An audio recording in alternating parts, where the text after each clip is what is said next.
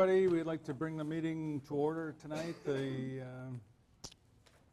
February 4th meeting of the Oakland Plan Committee.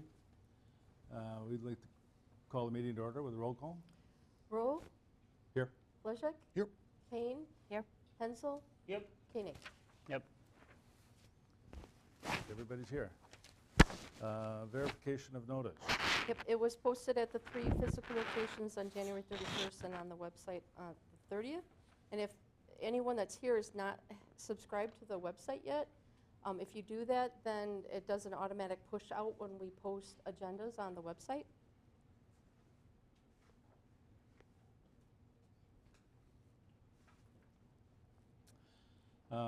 Everybody's had an opportunity to read the minutes from the last meeting. Any comments on it? No. Move to approve the meeting minutes as presented. Okay, Joe. Second. second. Second by Laura got it. Laura. Payne. Motion has been made and seconded to approve the meetings from last meeting. All those in favor? Aye. Aye. Opposed? So approved. Jim, could we have public comment in addition? I propose to add that to the agenda, because it's just not on there. Oh.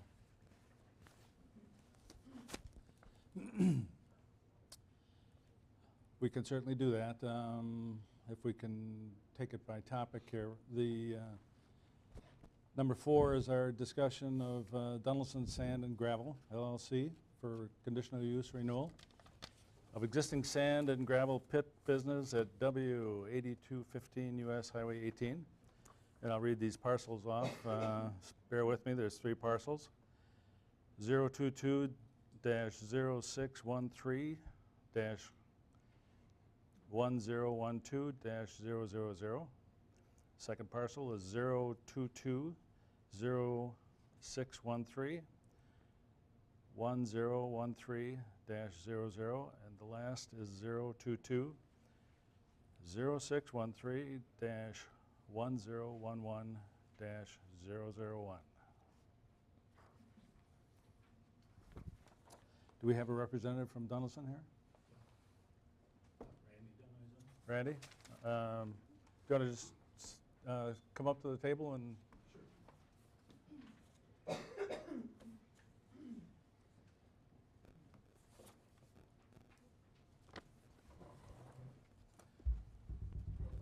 So Randy, you're going for a renewal.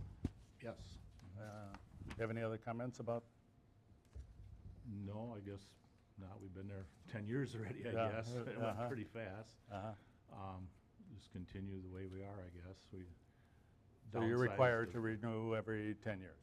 Yes. Yes. Yep, we're So that's required the whole for 10 purpose years. of this. Yep. Yes. So that's why we're here to renew for the 10 years again, yep. Sure. And we have all the county permits, the 25 permits already paid for and current. Okay. Financial assurance we have to carry for closing the pit. That's all current. Everything's on file with Jefferson County. Okay. For those of us who aren't familiar with your business, can you just give us a brief overview of what you do? Basically, it's sand and gravel. So we are not crushing or anything there. We just screen sand. So most of our sand is going for bedding sand for cattle, freestall barns and stuff. Oh. We do have a wash plant there now. We have washed stone, like for septic systems and stuff now, because we have all the stone we took out of the sand. Now we're going to wash the stone. So. And is that dug in your property here with these? Yes, yeah. These, It's just, yep. So we run everything through a screener, and basically the screener is a sand screener for bedding sand. The wash plant's basically another screener with a wash deck on it. It washes the. If you ever watch Gold Rush, it's one of those things. Except we don't have. You don't have any gold, huh? Unfortunately. All right. No blasting or nothing? No blasting, no. No, like I said, we don't crush anything either. We take it out of the bank. And is the stone mostly pebble size, or is it larger stone? No, everywhere from pea gravel up to what we make the pea gravel 3/4 inch and a half, 2 inch. We have 4 inch, 3 inch. they'll have 8 to 10 inch, and then you have some up to 2-3 feet, but very, it gets less as it gets bigger. Yeah, okay. Well, it's- Do you have, in your current conditional use permit, to wash the gravel, wash the stone? Yeah, that should be covered under our, That's currently, okay. Right. I didn't know if, I thought you had said it was a new operation, so I just wanted Well, to make we- sure. it's new to us, but under our sand permit or whatever, we can do that. Okay. Okay. I had called over to the county and confirmed that you're running your business really well and there's been no issues with you. And I had talked to our highway department here, our roads supervisor, and he thought your business was running really well. Also that it's well-run, it's quiet, and so it seems like everything is going according to your permit. That's Right, yeah, try to keep a low profile, yeah. That's Like, good. Like, we have road sand too, so like, Town of Deerfield gets all their sand from us from the roads. Jefferson County, a couple of years ago, got a lot of sand from us when they had a lot of ice problems. What do you do with the wastewater from washing sand? Is it recycled somehow, or how is it? There's ponds there, they're actually existing up on top of the hill from when Ammons were there. Oh. When they actually washed back before we had the pit. And we're using their ponds. Okay, and then it just settles out, It you settles reuse out, water? and it's at the highest part of the pit, actually. Okay. So you don't distribute anything in streams or, Everything from our pit goes out the west end, and it goes out through a culvert. But everything's in collection ponds before that. okay. And we do water samples every quarter. Who'd you submit those to? Do you submit them to like Land and Water Department at the county? The water samples go to the state DNR. Okay.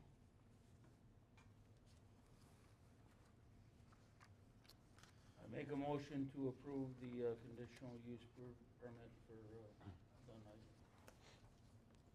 I'll second that. Have a second, Brad?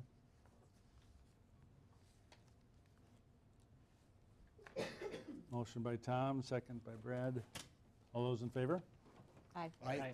Aye. Opposed? Nobody? So moved. Great. Thank you. Thanks for coming in.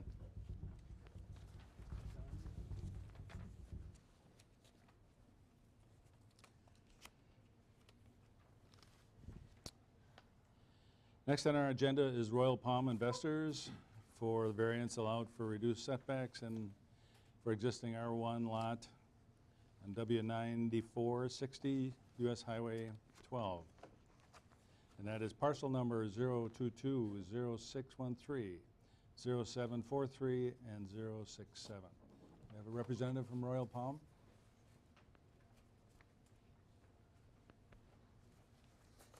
Good evening. I'm Ryan Combs from Combs & Associates. Ryan. I want to first apologize for the mix-up with last month. We didn't think we were in on time to get on the agenda, so that's why nobody was here. Okay. So, yeah, I guess you guys have the request in front of you. There is the setback off of Highway 12 is either 100 feet from the right-of-way line or 200 feet from the center line. The way the ordinance is written is whichever is greater. We're actually just requesting to do it to the 100 feet from the right-of-way line, which is actually the lesser of the two at this point in time. And I have a map, I don't know if Yeah, we have a small. you have these. Oh. That basically shows all the buildings on the neighboring properties along here. None of them actually even meet 100 feet from the right-of-way It's like line. in the second one, maybe. President? Yeah, the smaller you one. do have- Well, it's a smaller one. We got it, I know, on the, Yeah, I'll take On the the- bigger one. yeah, I'll take the bigger, we can share that. We had it in our electronic packet. Okay. Great, thank you. It also the red line kind of shows you where the current 200 from the center line would put it. And it actually crosses on a couple of these lots, the setback from Woodcrest. Yes, I see that, yeah. Thank you.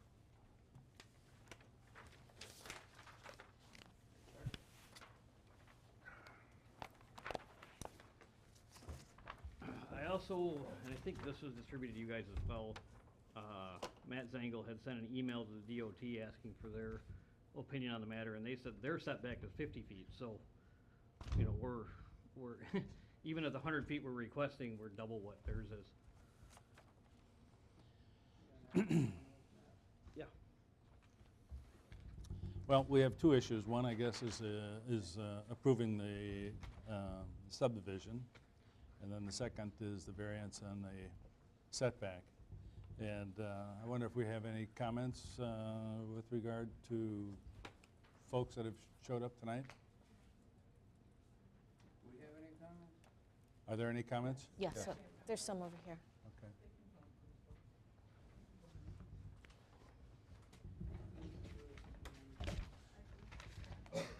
If you'd like to take the mic so that we can hear you.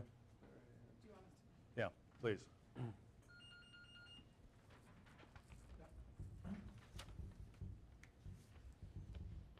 I want to strongly urge you to deny. And your this- name is? Oh, my name is Lisa Bender. I Okay. live on Woodcrest, so I'm neighboring property to this proposed development. Mhm. I want to strongly encourage you to deny this variance request. It's not only unfair, but it also poses significant risk to the well-being of our community and the integrity of our neighborhood. First and foremost, denial of this request does not create a hardship for this developer.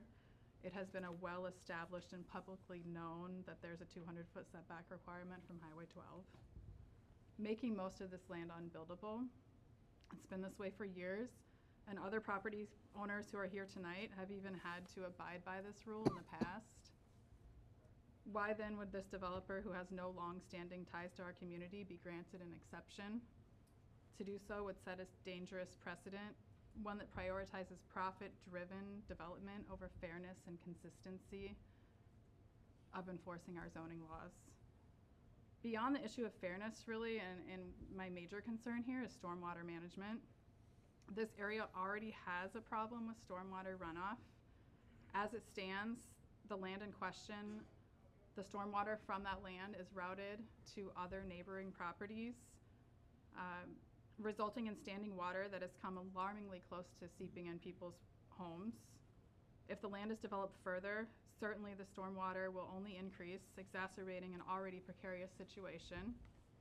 Studies have shown that residential development can increase stormwater runoff by up to 30%, overwhelming existing drainage infrastructure.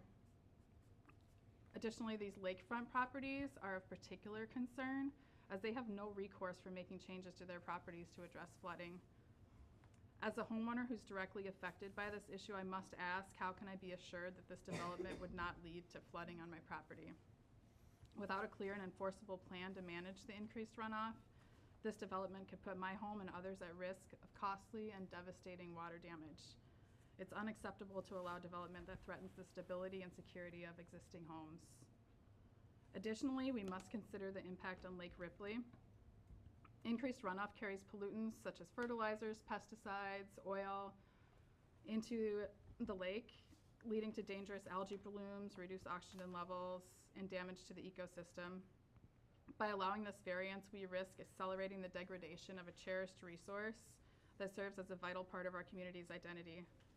The lakefront property owners are heavily regulated to protect the lake from runoff from their own properties. Why would a developer be allowed to build 8 new houses in an area that is already highly regulated and sensitive to runoff?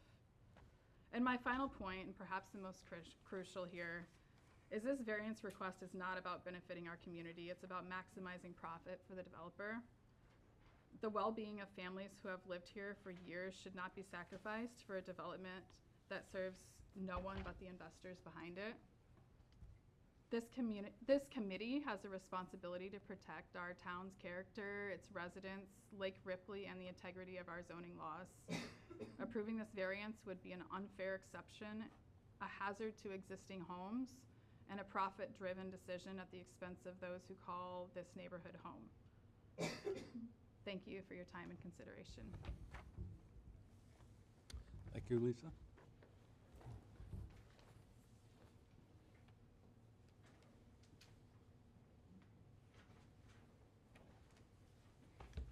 Hello. Good evening. Thank you for hearing my comments. regarding the request for reduced setbacks. And your name is? The proposal for 8 residential lots. Okay. My name is Lauren Kelly, and I live in the Woodcrest neighborhood on Sleepy Hollow Road. My family has owned property in this neighborhood my entire life, so I've seen the area grow and the impact that growth has had. Stormwater management is a big concern, as Lisa pointed out, as we already have issues in the neighborhood and at the lake shore.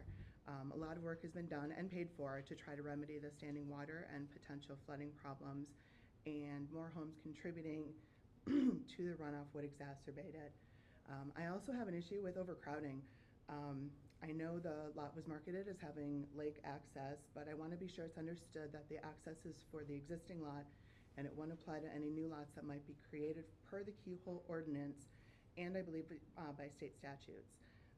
We've had 12 families in our association for decades, and for that to increase by 66% from a property being split, that has been absent from the association since at least the 70s, because that's as far back as I can go, is unfair to the current residents who have been maintaining and making improvements on the property. The other overcrowding I see is that while the 8 lots may conform to the required lot size due to proximity to the lake, the setback consumes about 50% of the usable lot space. I don't think the answer to this would be to reduce the setback, but instead to create livable lot sizes. If you look at the newer builds along Highway 12 in Oakland, you'll see they're not right on top of the highway, but they're set back a little bit further, and many of them have wooded areas or landscaping to obscure the homes. I feel that the 200-foot setback is well established, and other property owners have had to comply with it, so why now should Oakland consider granting a variance when others have been denied? This would seem preferential, and it could trigger a flurry of requests for variances in order to build closer to the highway throughout Oakland. Being on Highway 12, I don't think the corridor through Oakland, having a cluster of closely placed homes jammed into narrow lots, reflects the livability of our community. And in the Woodcrest neighborhood, the variance and the proposed lots being so close to one another really changes the face of the neighborhood. Most of the homes in the neighborhood are on 1.5 or 2 lots. They're all very much individual looking homes, with a lot of character, nothing cookie cutter about it, and I think it should stay that way. I value my neighborhood and my community, and that includes the aesthetics, how it all looks, how we live, what we see, running into Cambridge with boom, boom, boom, right up against that. It just seems wrong. So these lots would dramatically change that. Ultimately, I hope the committee rejects the variance request. As a resident of the neighborhood, I see this as opportunistic for the developer and damaging for the families living here. And I don't see any reason they should get an exception where others have been denied, especially since the setback has been a known obstacle for building on this property. So I hope you'll consider that. Thank you. Thank you for your comments.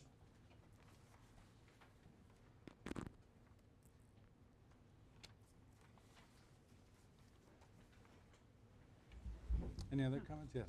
Hi. I'm Janet And- Nelson. What is it? Janice? Janet Nelson. Mhm. I couldn't hear everything that they were saying, so I may repeat. So anyways, I have 2 main concerns about this potential development, and that is, increased traffic on 12 and at Sleepy Hollow. I don't know how many of you have turned onto Sleepy Hollow during rush hour. And I put my signal on, and I slow down way ahead of time. And there's been many times from both directions in which I have been concerned about, hey, these people are not going to stop. I might get rear-ended. And it's my understanding that that turn from Fort Atkinson, coming from Fort Atkinson into Sleepy Hollow, even though the shoulder has been widened a little bit right there on the corner, that's not really a turn lane. And so, but there's been many times where I've had to use it as a turn lane just because of the traffic that's come behind me. So, yeah, just on a note, I did kind of look up the definition of setback and for a reason for municipalities having a certain amount of footage for setback, and the number one reason was safety. And so I think that's something we need to take into consideration. We certainly don't want this, that intersection to become, the same as 12 and Hope Lake Road, where there's been so many accidents over there. The other thing is I live right across the street from the proposed the property, and I'm concerned about the rainwater, as was Lisa, about her property flooding. I was not aware how bad hers had flooded. My property does, I'm just 2 houses down, does have rainwater collect after rain. And at this point, I've not had any flooding into my house, but I do have a sump well. And after this last summer, it was like, whoa, this is kind of wet down there. And so with the increased, potential for more runoff from development, I'm going to have to be looking at cost to install a, system so that, it works. And quite honestly, I'm going to pull the widow card. I'm a widow on limited income. And so that's a hardship for me. Who knows how much, they are able to reduce the amount of runoff from anything that they decide to do. They can say, but that doesn't mean that, look at this was such an unusual summer with all that rain. It's like, yeah, we don't know what's going to happen. We didn't have any snow this winter, I'm sorry. And so maybe it's going to be made up for it in this summer. So anyways, I just want to express that I'm not in favor of this development. So thank you. Thank you, Janet. I'll say a few words. Sure. Gregory Klug. I live on Sleepy Hollow, just down the hill. And one of my concerns is that rain and water runoff. It floods my backyard. And then it continues on to my neighbors, and it goes through there like a river down to the lake. Really fast. And that runoff is a big concern of mine. They just put a power box, the utility company just put a box in our backyard right where that water flows. How that gets affected, I have no idea. But it is a big concern. And not to mention, these homes that he's saying are, under the 200 feet or whatever, those are all older homes. That was a long time ago. And, that has no bearing at all on this. Not to mention the fact that I would have bought that lot, but I knew about this. And I've been wanting to buy that lot for 10 years. And then when they removed that building, I knew that I couldn't do what I wanted to do anymore, so I just dismissed it. And now that somebody else wants to come in here and bypass the laws, that's disturbing to me. It's kind of, it's unfair, to say the least. I've been there for 11 years, and I've known about it. So if they didn't do their due diligence, that's not our problem. And if they can build a couple of homes down in the corner, they'll recoup their investment and make a profit. So, if they want to do the community some good, build a park on the end of the road. That's my opinion. So, Okay. everything else, the girls covered it pretty well. Thanks, Greg. All right. All right. Jim? Good evening, Jim Germain. I live at the corner of Sleepy Hollow and Highway 12, N4272. Just a couple quick thoughts. First, regarding the setback. 5 years ago, I came in front of the town and the county about a permit to build a detached garage. And one of the things we wanted to do is move it a little closer to Highway 12. And we were told by the county that that's a bright line issue, that that is not something that's negotiable. It's something the state needs to have in place.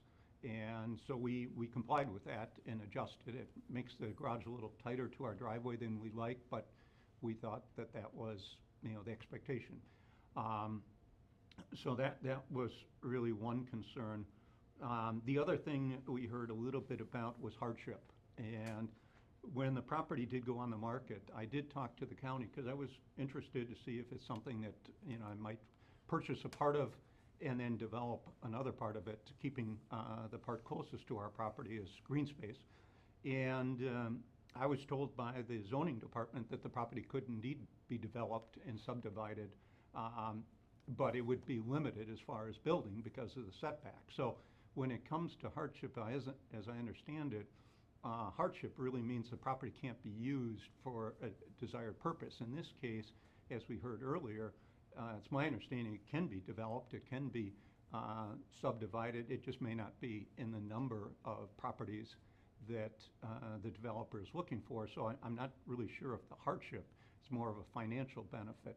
And then the final thing was really with regard to the Plan Commission's decision in January.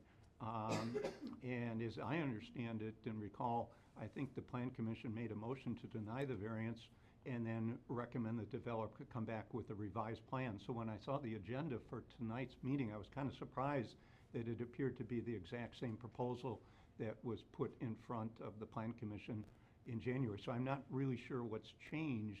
It seems like, based on the determination in January, that the developer should have really come in with the revised plan based on the decision. So thank you for hearing my comments.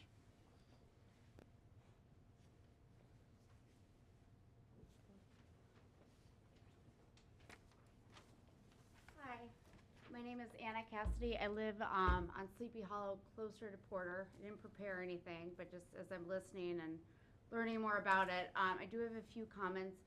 One, to the safety concern, I have 2 small children. There's not a ton of kids in the area, but there are a lot of people that walk their dogs. And if you've been down Sleepy Hollow, you know there's a huge hill in the middle of it that drops down.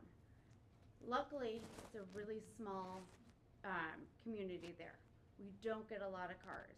I walk my dogs with my kids. There are no sidewalks. When you're driving your car up, there's a blind spot. You can't see, it's so steep. And it's a little bit scary even in the car, but it's very scary when you're walking with your kids and your dogs and it's chaos and they've got their scooters and they're trying to go down. But luckily we don't have a lot of cars. And I always get a little bit terrified when I do see a car coming and I'm yelling at everyone to stop. That is the beauty of the small community.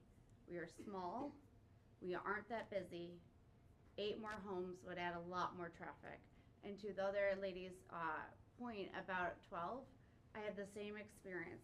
Once you get out of Cambridge, the speed limit increases, everyone goes faster, they ride your bumper, you put your turn signal on, they're still on top of you. It doesn't seem that safe to get rid of that setback. It's kind of, your buffer zone there. And I've had times where I want to come in out of Cambridge and I want to turn onto Sleepy Hollow and I think, okay, I'm going to wait until Porter. I'm going to go a little bit farther. It seems a little bit safer. I don't think they realize that I'm actually going to turn. Don't know why, but people like to drive fast. And then when it comes to the rainwater runoff, I am a little bit more removed from there, from where the development will be. I'm still part of that area. And it's so obvious when you're there, the way that it slopes downward.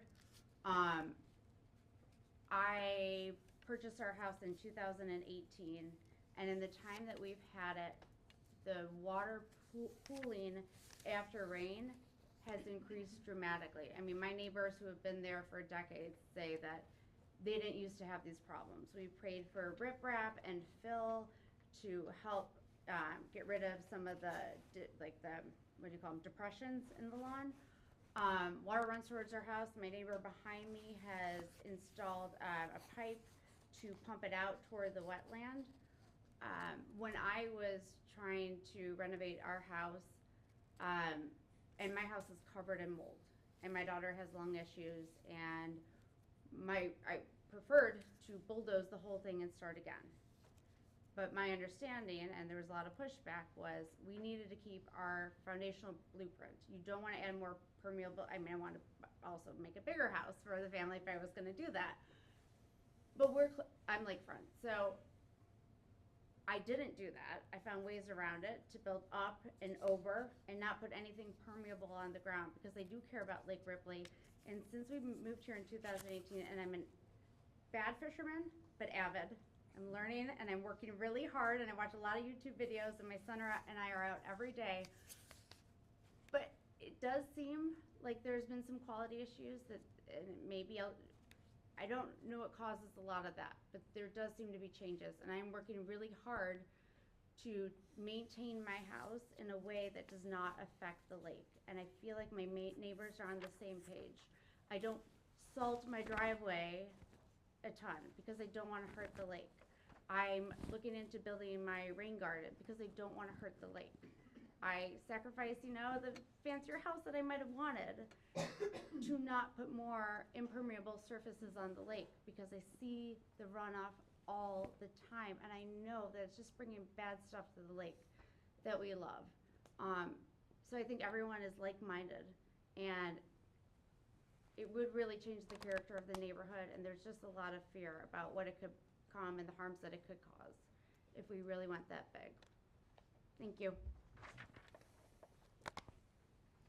Thanks for your comments. If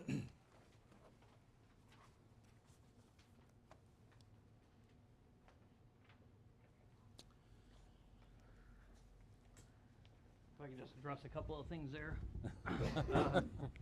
So the stormwater runoff, most of the stormwater that runs through here, I don't know if you guys have one of the contours on it. Yeah, It actually comes from the highway. There's several culverts that come underneath the highway, and that's what's pushing water to them. Within that, that 100-foot setback area, we could build a pond or a long kind of a drainage catch to catch a lot of that before it would get down to their properties. That we'd actually have cleaner water running to the lake as well. And we can catch the water that comes out of the culvert on lot 6 there before that would run to the backs. So you would actually have better water quality with 8 homes than you have today. But the state already says that you have to have a 200-foot setback. No, the county does. The state setback is 50 feet. That's correct. yes, Huh? Yeah, for subdivisions, Wisconsin DOT is 50 feet. but the county has a 200-foot. I was looking into this, and if I talk to 4 people, I got 4 answers in terms of the setback, starting from 50 feet to 66 feet. So we And- did receive something about 50 feet, though, from Yes, the DOT. from Scott Hinkle at the DOT. Right. Yeah. Yep. We might have gotten that, but you are correct. I did confirm, too, that it's 200 feet by the county in their subdivision or zoning Right. ordinances. Right. Also checking from Oakland Road to 2nd Street in Cambridge. There are 37 buildings, commercial and residential, that are less than 200 feet. But they're already existing. Yes, This isn't new stuff. right. I was under the impression that it was, because it's a state highway, that it's a 200-foot setback. Not from the state, From the county. from the county. Okay, so even if it's from the county. Well, what 200 the feet is county is 200 feet. proposing, and you're proposing, Yes, you met with the county, yes. and So they have, it's 100 feet from the right-of-way or 200 feet from the center line, whichever is greater. We're about 30 feet. I need my glasses now. So, yeah, we're 30 feet away from them being the same. So we're just asking for a variance on 30 feet, basically. Because we're gonna stay the 100 feet from the right-of-way line. But to the center line, that's at 170. And up until, I don't know, a year ago, there was a church that sat 20 feet off of the yeah. right-of-way line. But the Lake Ripley Management District has an office in here, and they had looked into purchasing that building, and they were told that they couldn't even renovate the building. Correct. Actually, I had a couple of developers that wanted to renovate that building, and the county had told them no. Because. It and was that's- condemned, that building was It's because condemned, there's wasn't a it? 50% rule, that if it's a non-conforming building, you can only improve it up to 50% of its assessed value. Well, it was basically assessed at 0, Yeah. so they wouldn't let them renovate it at all. That's a totally separate issue than the setbacks, Right. though. Well, I remember that was discussed in this planning committee Yeah. maybe a year and a half ago. Mhm. And I understand that there was so much mold in it that Yeah, it was. you were afraid to even walk into it, but, Yeah. so. I got a question. What exactly are your intentions? I see you've got the divided lots. Are you gonna build spec homes? No, no, they actually, my developer just wants to sell the lots. So they would all be probably sold to different people. They're not gonna build cookie cutter homes. I mean, So beyond this, you have no control over it. no, beyond this, well, if there's any covenants or whatever they put in place, that's the kind of control they have.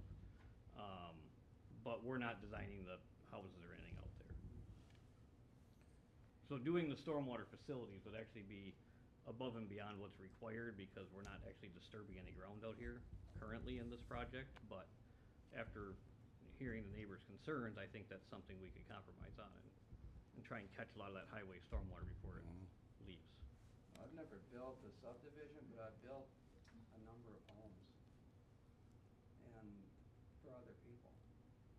And I've seen the difference between what a developer wants and what the people that build want. And that's a concern. Well, excuse me, sir.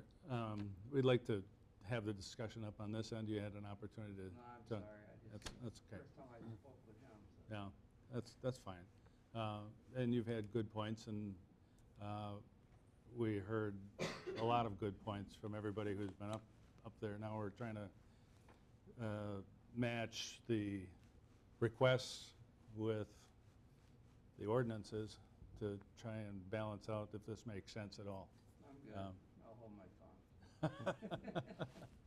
One of the things I hear is eight homes is too many for the spot. So it would seem logical then that, and as looking at your maps here, you know, a 1,000 square foot home with a 10-foot setback on both sides is kind of sardine. Well, and it's only those couple lots where the setback's really pressing them, like lot 3 and 4. Yeah. I mean, we can only get so wide, so you're not, you're not gonna Right. put a giant. And it's in places like that maybe we could widen the lots and, you know, cut it from 8 to, let's say, 5 or something like that. Whatever the number is, 5 or 6. Yeah, I mean, we are well over the lot size for R1 zoning. We're actually bigger than a lot of the lots across the street. So I guess that's something I could go back and ask them, but. I guess I just have a question with the petition for variance. Yes. Under number 2, it says the hardship is due to unique, this is the question, the hardship is due to unique physical limitations of the property rather than circumstances of the applicant. Just to be clear, this, it says the hardship following today's zoning is deemed unusable. But you can build a house or two on this end. Yes. Okay. Yeah, the part where we actually need the variance is the part that would be unusable. I mean, that's where it actually crosses the 2 setback lines. Right, that's. So I'm not calling the entire property unusable, no, just that section. Okay, I'm just want to clarify, because Yeah. when the way it reads, because I view this question as a circumstance of the applicant. You want to put 8 lots here, right? But this isn't an unusable piece of property. It's my only, clarification, right? Okay. Jeff Shield, who's our road supervisor, and I went out to the property. So across the street is Lisa Bender's home, and there's a culvert right there that goes underneath hers, and it does shoot out a lot of water. And then there's it's very unusual. It goes, then it just goes into kind of a depression, right, Lisa? And then there is another culvert that they have to maintain that goes along the side of the house and to the backyard. And so in the back, there is a large depression, and it is flooding. Not all the flooding is due to the culvert underneath the road, but quite a bit is. And Gregory Clue, is that? Yeah, he had mentioned a transformer. So it looks like it's blocking some of the pathways to remove that water. And so, you know, as the town chair and then Jeff as the roads supervisor, we felt that it really wasn't appropriate for us to be discharging that onto her property. And so we have talked about, you know, alleviating at least that amount of water, which is what we have control over, and we want to regrade in the right of way and move that around so that it's not going to her property and then out into to the lake and behind everyone else's. It seems mostly 2 or 3 houses have the most flooding back there. But we thought that there is a ditch on Highway 12 that is picking up water there, and that it's moving along 12. Is that not the case? It's overflowing and then dumping out. Well, actually, no, it runs down the ditch of 12 and then runs to that culvert that goes onto lot 6. And then discharges quite a bit of water through that culvert behind all these other homes. Okay, so then that's a different location than what's coming out from Lisa, unless it's, Well, is I it think going to 6, going down the road and then discharging? She's in front of lot 2. Right, and there is a culvert. I mean, it just so happens that if you look at the road grade, she's at the low point in the road. Right, right. I mean, there's, aside from lifting the road at that point and pitching it all towards the intersection of Sleepy Hollow, which would take about 4.5, 5 feet of fill, I don't really know how we get away from having that low point there. I mean, no matter if you put a subdivision or don't do it, I don't know how you move that out of there, or you have to regrade from, I mean, you could actually regrade from in front of her house and just put, because I don't think there's much of a ditch on Woodcrest, correct? I don't pretty recall flat that. It's pretty road. flat there. Right. Our front yards are flat, there's no ditch. Yeah. On the other side, there's a very shallow Very shallow ditch, ditch. but it goes all through that culvert into my front yard. Yeah, so we've talked about finding, we haven't gone into detail yet, but Yeah. we were just recently out there. And so that is a really big concern for us. And, we definitely need to not only maintain the runoff that's there now, but we need to minimize that. So that culvert is at about 860. And if you look up at the intersection of Sleepy Hollow, your road grade's about 865. And then as you get down by my lot 8, you're at 856, but there's a high point right in front of lot 6. That would have to be cut out in order to get that water to flow out that direction. Actually, it's a pretty big high point because there's an 866 right in front of lot 7. Yeah, okay, 866.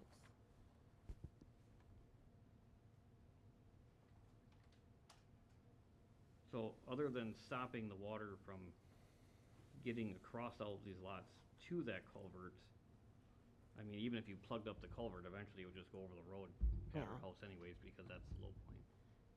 So Over the top of the road. Yeah. I mean, we just talked about that we would need to do some type of work in that area. Is there a way to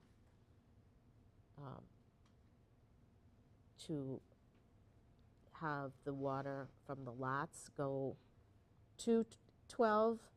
And I understand it's overflowing, but No, is it? actually, yes, most of these, in the areas where I kind of have the building setback lines drawn in, on almost every lot, that is the highest point of the lot. So, you know, most of the flow would go in the backyards, not across the street. You're talking about the red line, the setback line? No, on this one here. Yeah. Yeah, but eventually the water's gotta go somewhere. Well, and that's why my proposal, we run it back to the backyard and then out here, because there's a natural ditch that runs along that back line. Right, there's, So here, if you look at the contour, Oh, okay. these spots here did we get is that the high point of almost in every this single lot. packet here? Yeah. No, So that was we last, could run, last month again. you know, 70% of that water to the backyard and then run it back and over. Now, this is a culvert, you say? Yeah, that's a big culvert that comes from the highway. Okay. And And, this one comes underneath the road from the golf course. okay. This It one- comes underneath the road and where's Yes, it? and it goes that way, Is this a ditch here? yes. Okay. And then here's the old driveway for the church Yeah. that has a culvert that runs through the Okay. ditch too. And where does this water end up? Eventually the lake, The lake? yeah. I And- mean, it kind of runs down these backyards And- eventually gets to the Yeah, lake. everybody's backyard. Right. Yeah. Well, that's what it's doing now. That's what it's doing now, right? Yeah. So we're not changing that, that's what it's No, doing and now. like I said, I think even with putting 8 houses, we could make it significantly better by fixing the stuff up by 12. Uh-huh. Because that's where most of that water is coming from, is the highway. So there were a few other comments, and, you know, one is about the keyhole ordinance, and there are state statutes. Does the developer and, you know, people further, you know, who would purchase the lot understand that they will not have Yes. lake access? Like, this cannot be, Yes, I asked them that direct question, and they said yes, they know that no matter how many lots are there, it's one access, and you're not guaranteed a slip or anything else, it's just access to the lake. So, Was that ever put in marketing information or, I don't even know. no, I just talked Any to the selling current it? owners about it, because I heard that it came up last month, and so I Okay. had a conversation with them, and said, I just want to make sure that you guys realize there's, and they said, yeah, they know that there's no more. So, I said that one option they have is they could sell it with no rights, and if they want to keep the rights, they probably Yeah, right, could, yeah. so. yeah, I think you will have to talk to the peer association too. Just, I don't believe that the church was an owner in good standings, so. Okay. Yeah, they said the lake rights to them is not a big deal at That's all. not a So big they deal. wouldn't advertise that the lots get them or anything. There was talk about a homeowners association. Is there a homeowners association in there? Yeah. And Do you know the answer to that, or? No. Oh, for you guys currently, do you have one out there? For the lake access. Okay. just the lake access? Okay. But there's no stipulation on type of house and what you can put in your yard and, I mean, parking semi-trucks or something? The No? 40-foot strip that's lake Pardon me? facing. We only govern the 40-foot strip that is lake facing. That is all that property owner's agreement I see. has any input over. And are there fees associated with that? Yes.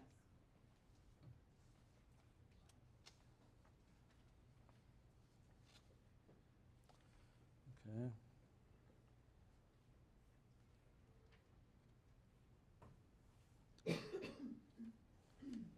8 seems like a lot.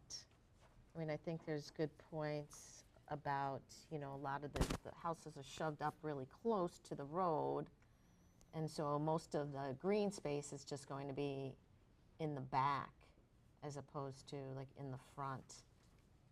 I could see how it'd be a little jarring for people to have these houses real close. Do you think they can meet the side setbacks? Oh, yeah, the lines that are shown on here meet the side setbacks.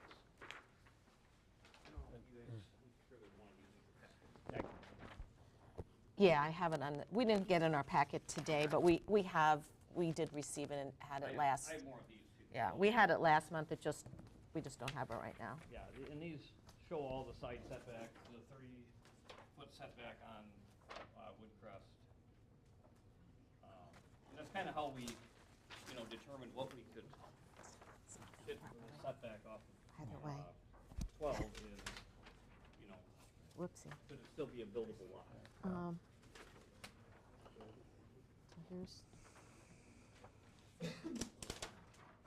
Thanks.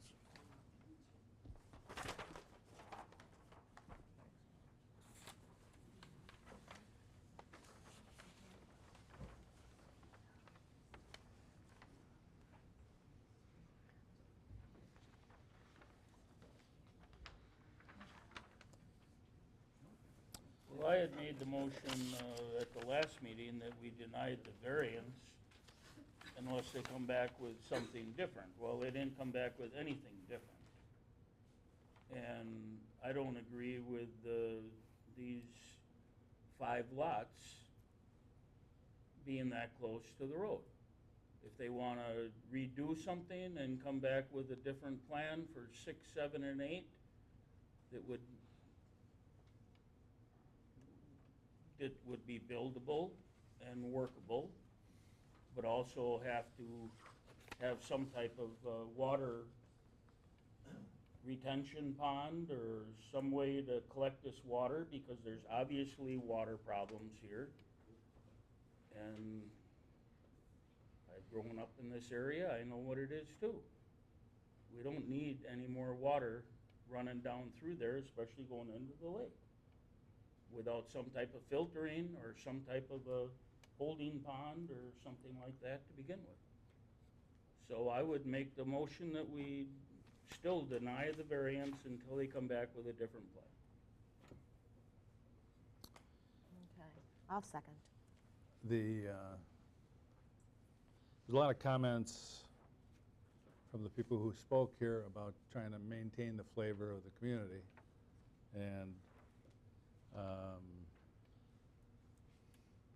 And there was resistance to 8 lots, building lots, and it might be a peace offering to reduce the number of lots and building sites.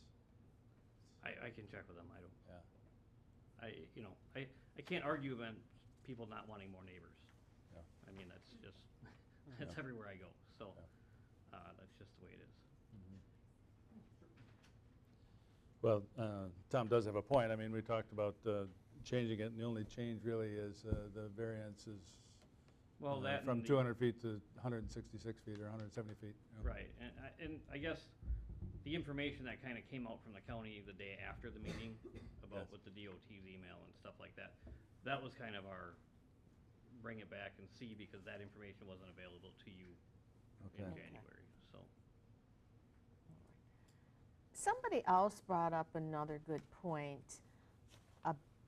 I can't speak for this on this side of the lake regarding Sleepy Hollow Road. Is there something, I know it's different since this existing road and they're going to remove, you have to remove that driveway that's right onto 12. Is there anything else that the DOT needs to be involved with here? Have I you? mean, it's their road, their right away, they Right. absolutely can. But have they, do you? No, they made no other recommendations. Okay. Only regarding access, and their access point would be obviously With, Valdo, so. with Sleepy Hollow Road, but I didn't know if it would require some other reworking, like Like if we were building a brand new intersection or something, I would see that Right. coming into play, but since this is since all it's existing, they're existing, not requiring anything yeah, we're not else. proposing building any roads or anything. Yeah, I didn't know if you would need to add a turn lane or something like that. Okay.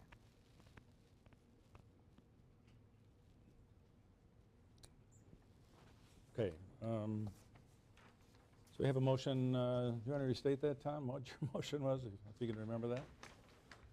If they come back with a revised plan, that I don't like the giving them a variance for them first 5 lots. And I just don't think it fits into that. 6, 7, and 8, they could, I don't think we can stop them from developing that part of it. But we also need to address the water runoff from the whole thing. Because it all runs downhill, and They need to collect that water or do something with it, build a, we've had to do it out at the lake. You know, have a holding pond, or you gotta keep that water from running into the lake. Mhm. So I think they need to revise their plan. I don't agree with giving them a variance for them. We denied the variance once, and I would make a motion, we deny it again until they come with a different plan. Laura, a question for you. At this stage of the game, we don't have the resources, the DNR, to talk about stormwater runoff, and the county level certainly does. And I think, again, what we're asking of us is, are we in favor of development here and the setback?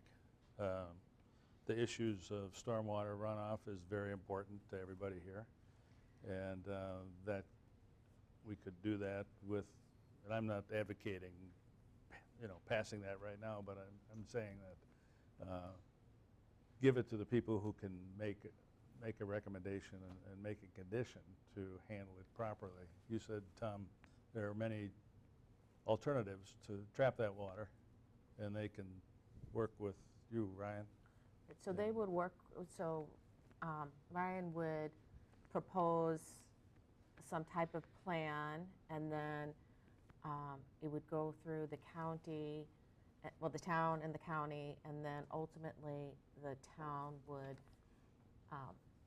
hire an engineer to review as part of a developer's agreement. That's just the standard process for any development. It wouldn't be unique to this.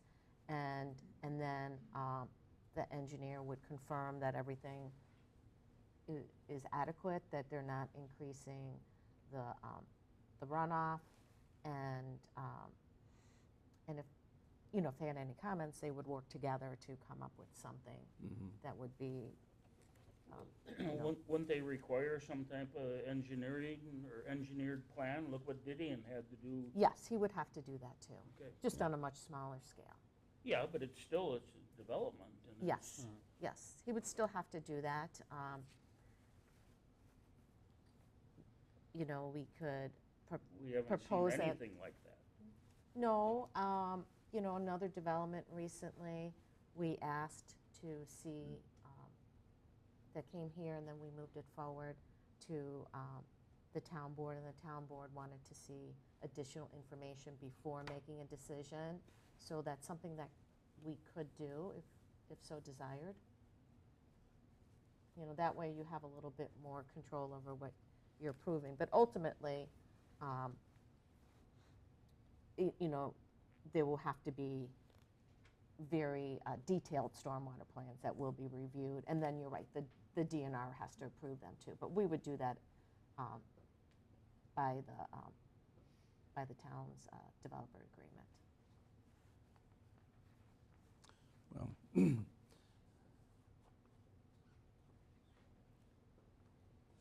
I guess you're looking at a revised plan. What would be the first thing that you would think of in terms of how you would revise this, Ryan? Well, I can go back and talk to my developers and see, if we can take out a lot or two. I guess, are we voting on 5 and 6 separately on the agenda, or? I guess the motion, we're considering the whole plot, right? Yeah. Okay. We don't want to piecemeal things. But Well, we it could- is, we can't approve any. Yeah. We can vote on it separately if we wanted to. 5 and 6 on the agenda itself. Oh, I see. Yeah, so Oh, we could vote first I thought you for were the. talking about lots 5 and 6. No. No, Oh. no. The variance you could vote on, followed by,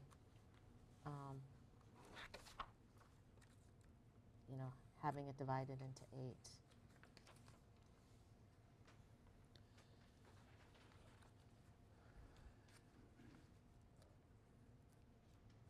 Yeah.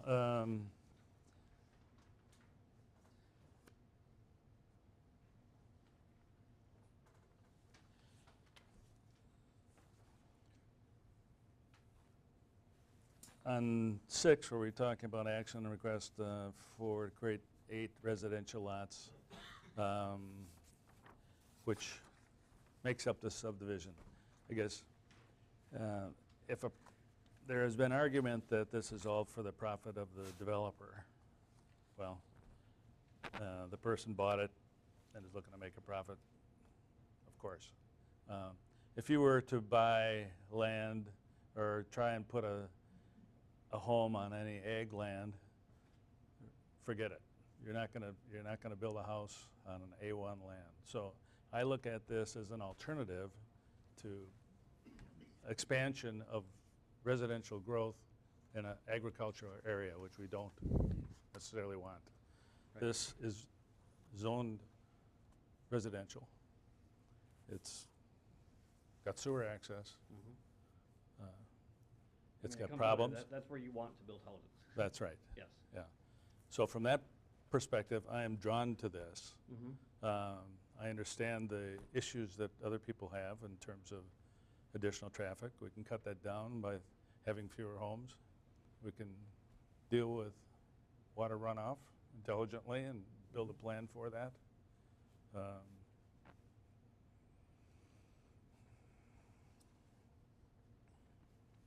Does I that, guess, does that address the issue? The reason I'm asking is the way we had our motion, our second on 5, Yes. if, you know, after that vote, if it gets denied, I would ask that we table 6 until think we- after the county's variance meeting.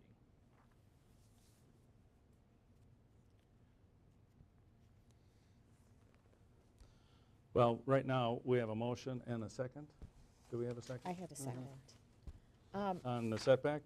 I don't know, you know, you have an interesting comment. Can you go through the variance process separately without the subdivision and just ask for the variance at the county level Yes. prior to coming back for the subdivision? Yes. Okay.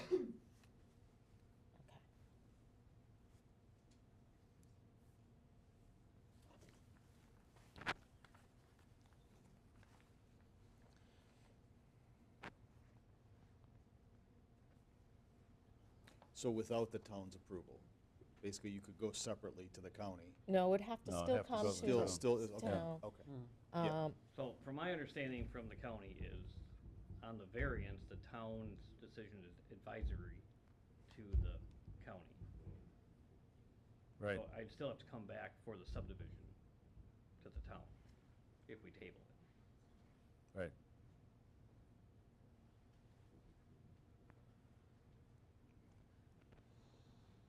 Okay, so he's asking, yeah, for us to table that until the county makes its final decision as far as the variance goes, so then he can Because make, that would definitely change, yeah, potentially change what you would be Correct. doing.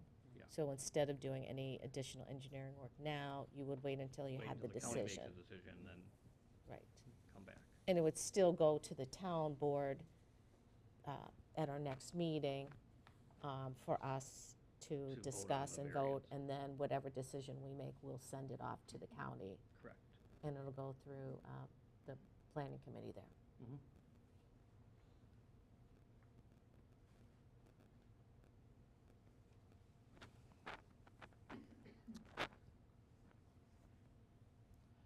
So rather than table the setback issue, do you want to revise it to pass that?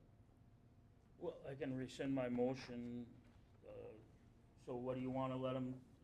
Well, we can still say no to the variance if you want to make a motion for that, and it would be the only motion, and then we can make a decision. If anybody made a motion to table the subdivision question, so it would be divided up into 2, we could do it that way. We don't have to, I mean, whatever people decide they want to do, but that's what he's asking us to do. But if they come back and the variance is requested, we could still ask for bigger lots, but then that question about variance is no longer a discussion. If the county says they're granted the variance, then we don't talk about that anymore. So it just depends how you want to, you feel like you want to proceed. Well, the 30 feet that you're asking for Yes. essentially is, makes a big difference in you reworking your plan. Correct. And so you need the variance to Right. come up with an intelligent plan. So with that, we need to, And I need a decision from the town to get it to the county to say yes or no to the variance, so. correct. Right. I just- So we need I'm to just trying to re- get through the process. Right, and so we're not really disturbing a lot, in my opinion, this is just my opinion, by granting the variance on the setback to 166 or 170 feet versus the 200. I mean, that's your guys' choice. That's our decision here. Okay. We got 30 feet that we're talking about. If we pass that variance, then Combs can go ahead and redraw the Then we can plan talk about the lots and, with the lots and deal with the water. yeah.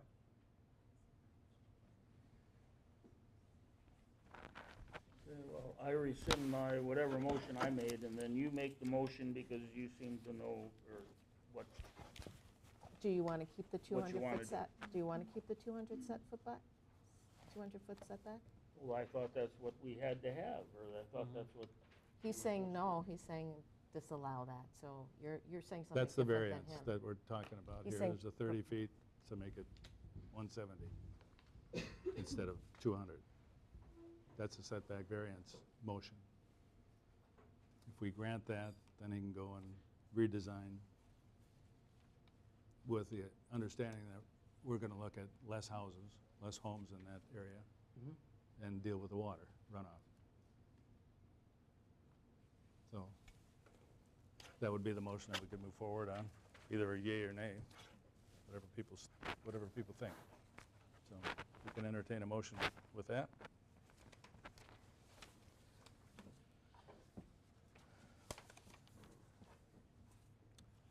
Anybody want to make a motion?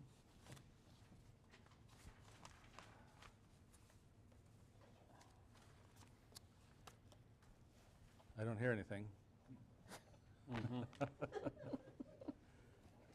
We can table it for tonight, and with that, I think we should, I kind of need a decision Send one way or the other, decision, so I yeah. can move Yeah, forward he one way or needs- the other. I don't, yeah, yeah, he needs some decision. I need to get to the county meeting. So one I- way or the other. Yeah.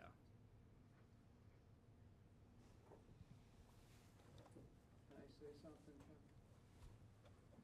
Sure. It's one thing that I've been thinking about with this whole 200-foot deal and all these homes that most likely there will be families in these homes. And with families, there comes kids that are gonna be going to school. Where's that bus gonna stop? Yeah. Sleepy Hollow is real narrow on, the same with the Yeah. street. It's, when the In the highway. garbage trucks come through, you practically gotta stop for them to get by already. It's just a safety concern, I Yeah. think, you gotta, Okay, I hear you. might wanna talk to DOT first, and they might need somewhere to pull over on. Okay. Well, It's a little bit of the chicken and egg here, right? We gotta, that's what it all is. yeah. to do some more work to Yeah. answer some of these questions, which are incredibly important questions about runoff, safety. He's gotta do more work, but he's not gonna do more work until we pass this, this is a challenging one in that, right? Mhm. But again, my own opinion, but if we approve this, we're sort of giving a bit of a blessing, right? That we're open to this variance, but we don't have all the information really, I don't at least, to feel comfortable. So this is a tough one for me, because I feel like if I make a motion, or I'm not exactly sure, but I'm giving it a blessing that we're going to approve the, we're giving again, advisory, but and I don't know what the county's gonna do. It feels like we just don't have all the information. I don't know there's an answer to that, but that's where I'm struggling at the minute with this issue. Yeah. It's not, you're talking 5 feet. There- It's 30 feet. That's a big variance. So you can do the 3 lots without the variance. They could move forward with that. You know, is 30 feet a deal breaker is the real question. There have been other people who have not purchased the property because the county said, no, you can't do this. So, you know, there's some question about that. You know, I feel that 5 lots is a lot for there. You know, could it be reduced to 2? That would give you more space for any kind of stormwater to alleviate some of this Unfortunately, the- flooding. The stormwater would end up in the buildable portion, Oh. because that's downhill. Well, we don't have enough information to solve every problem here tonight, and we're not provided all the information. We don't have the expertise for it, but you got to start someplace. And as you move forward, as you discover other problems, you solve them as they come up. And whether it's stormwater or too many lots, this is round 1, and so it would be my opinion that you got to start someplace and move forward. And if the plan doesn't come to fruition that everybody approves next time around when we see you again, then it'll be a downvote. But we can at least give you a thumbs up if everybody's in agreement to the variance so that you can start and then see what you can come up with. But as you can hear, it's got to be good. You know? So you're tabling the whole thing right now? Is that my I'm understanding? still asking for a motion so that you can move forward. We're not approving the entire development here. Right, We're and just that's- getting it started. And that's totally fine. Like Yeah. I said, I need to get to the county meeting to figure out yes or no what I'm gonna have when I get done with that. That's right. And that's all I'm advocating is to give you a window to start, Okay. okay? Mhm. With the setback that you're asking. And if other people aren't in agreement, then that's our decision. So if we can have a motion either to approve or not to approve that variance, I'd like to get that on the table right here so that we can move on.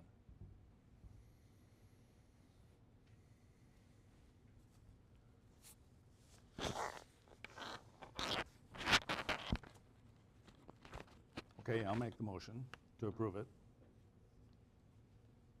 The setback of 100 and 100 feet off the right of way. 100 feet off the right of way. Yep. Is there a second?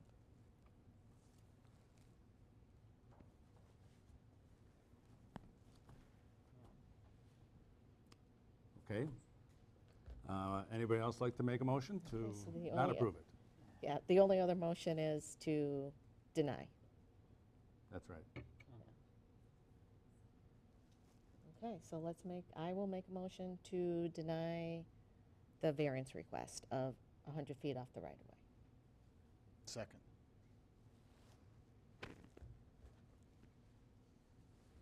Motion's been made and seconded to deny the setback variance of 100 feet off the right-of-way and maintain the 200-foot right-of-way, or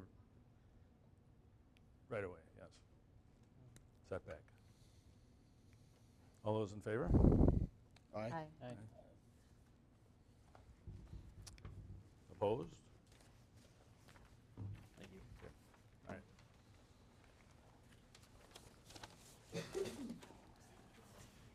Yes. Oh, boy.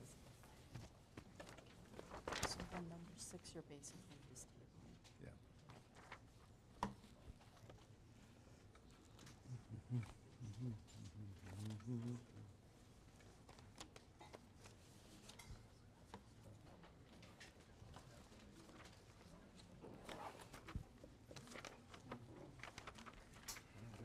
Paperwork, I lost my agenda. Did you lose yours? It's buried in here.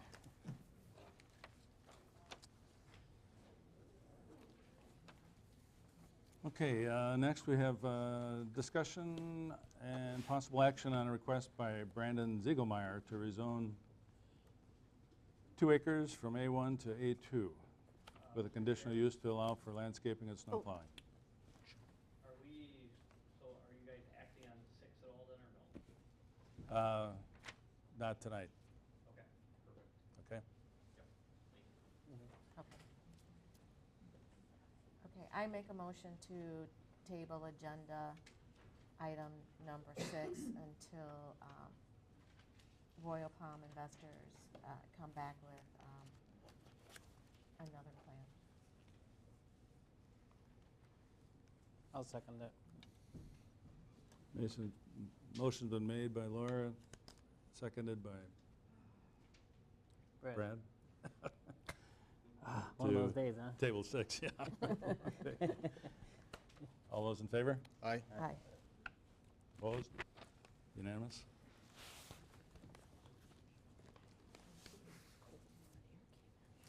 Hmm?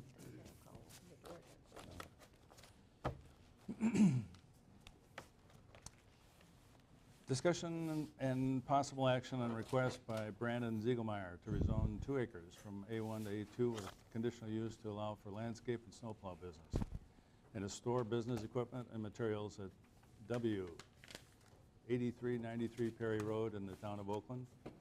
Parcel number 022-0613-1031-002. You have a representative? Take the table, please. Brandon Zuckermeyer. I think I got the address wrong. Got the address wrong? 8396. 8393? 8396. Oh, 8396. Oh, Yeah. okay. Okay.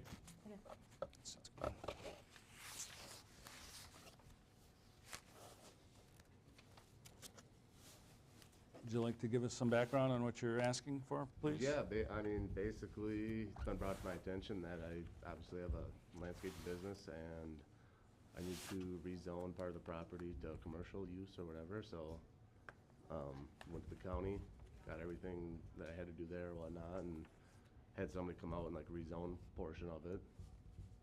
I don't know. Not really aware or sure of what I all need to do or whatnot, but as far as I know, I think I did what I had to do.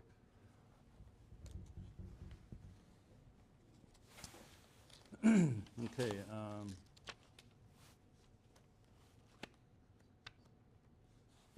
Basically bought the place because I lived in town and I was getting grief for running a business out of my house in town, so I bought the country home thinking I'd be okay, but same rules, I guess, but they wouldn't give me the variance in town, basically, to run my business out of it, so hoping to get it here. right. You've been in the landscape business for how long? 3 years? 3 years, yeah? Yep. Yeah.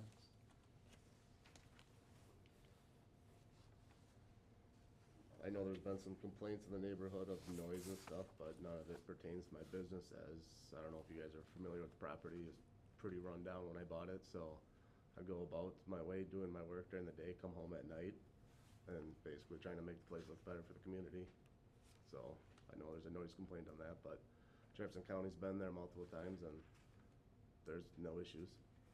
As far as, you know, they basically told me they just gotta show up because they got a call. So, Okay. I don't run my business past 5 o'clock, 6 o'clock.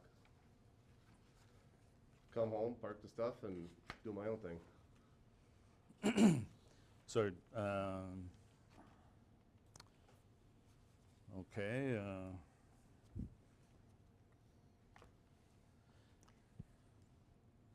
You've been in your location, what, a year or so? Yep, 1 year. Yeah, Yeah. November? Yep. And you didn't pursue zoning changes at that point in time? Wasn't aware of it. My realtor told me that I was good. Your realtor did? Yes. Yeah. So she said A1's good for everything. So I was like, okay. I don't know. Long as you're a You know, farmer. I don't know any different. As long as you're a farmer, huh? Right. Yeah, I Um, mean, I don't know. Well, Sounds it's good. not a permitted use on an A1 zoning, so, Right, yeah. which is why you're Which, here. yes, yeah. Yeah. Found that out. Right. Yep. So it looks like the county did notify you in September that you needed to rezone. Yeah. And then again in November and again in December. Is there a reason why you didn't decide to pursue Well, do it in Yeah, September? I got a sheet of like 20 people, and I was playing phone tag with one of them, and basically couldn't get a hold of anybody. And then my fiance called 20 people on the sheet, you know, probably about a month and a half ago, and one person called back. So it was basically just a phone tag thing.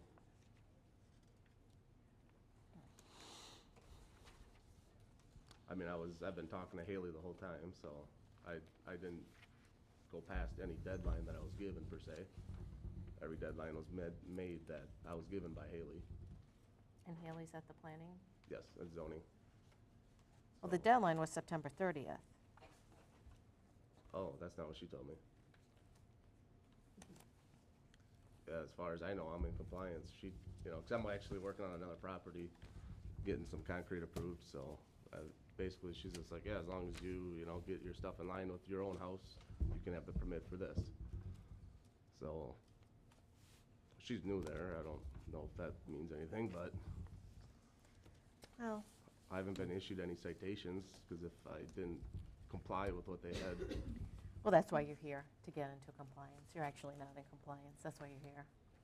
well, no, I know I had to do it, yeah. right. I knew there was no way around it. Okay. Right, I mean, obviously, I was, you know, I was busy, and like I said, trying to figure out exactly what I need to do, you know, it's all new to me.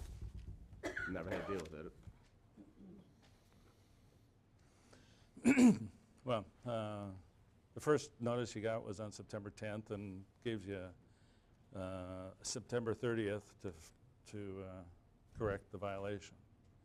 And then that didn't happen by the looks of it, because on November 4th, they gave you another one. And then they gave you until November 25th. And then nothing took place then until you got another one, which was December 18th.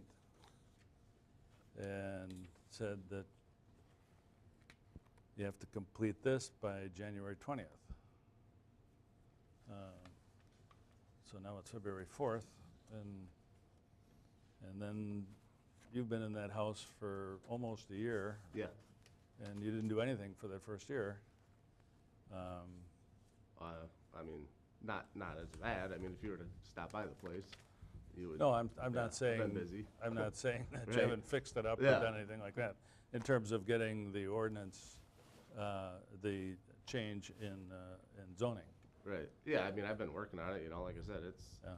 I've been working on it personally for about a month and a half with the current person that's doing it. But as far as getting a hold of anybody, we've we've made phone calls, and Yeah, well, other people seem to do it, so.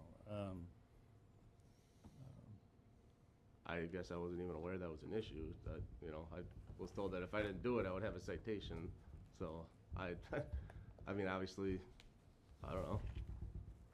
I mean, now we're, is it a month or two later? I don't, you know, it's getting done. It's not, you know, I knew I had to do it. Basically, I was talking to people and figuring out exactly what I had to do and such along the lines. Yeah. Well, what we do here is we grant variances to, and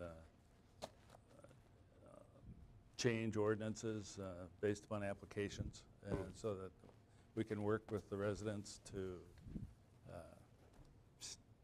satisfy your needs if that's within the ordinances of the county. Right. And so, if you're gonna move into a place, or anybody's gonna buy a place and put a business there, it's due diligence, it's called, to look in and see if what you're doing is permitted. And so you haven't done that, and you haven't done that for a year, and then you got a couple of notices, and then you kind of ignored those for 3 months.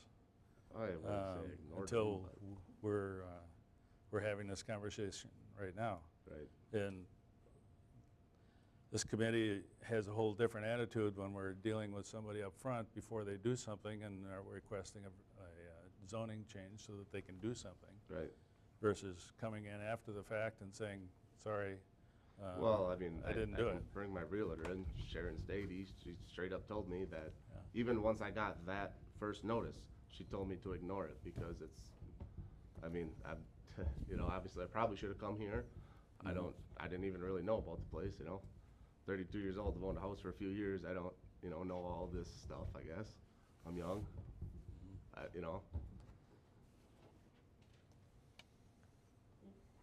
I guess some of the concerns would be, there are some noise, after hours, very late at night. Right. And that then in the leads- past location too, you had said, and there, Yeah, I mean, that was basically same scenario here as I've talked to plenty of people on my road. There's always that one person, and I happen to buy a house next to that one person, from what I've been told. there's someone shaking her head. Should we allow public comment if there are people who have concerns? We have a written comment, but there's a couple people When back here right. who's, I've had noise complaints from when I bought the house. My septic was bad. So I would stay up late at night doing part of the grading, trying to, save myself some money for a client to come in and put a new septic in. So yes, it was done after hours. I'm not making money at my house. What's that? Okay.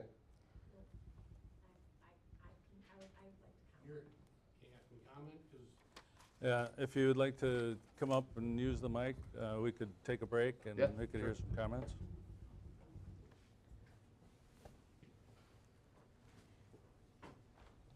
My name is Monica Redford Gerner. I live on Perry Road.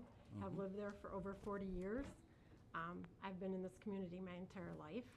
So when I wasn't living on Perry, I was living in Christiana Township. So we've lived on this road, like I said, for over 40 years. My husband's been there his whole life.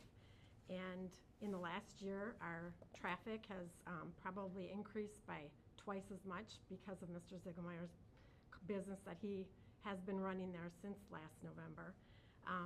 The traffic going by, he has 4 to 6 trucks running or more. They're running from anywhere from 5 in the morning till midnight or after. They're going by all hours of the night with the plows on, with the loud muffler systems.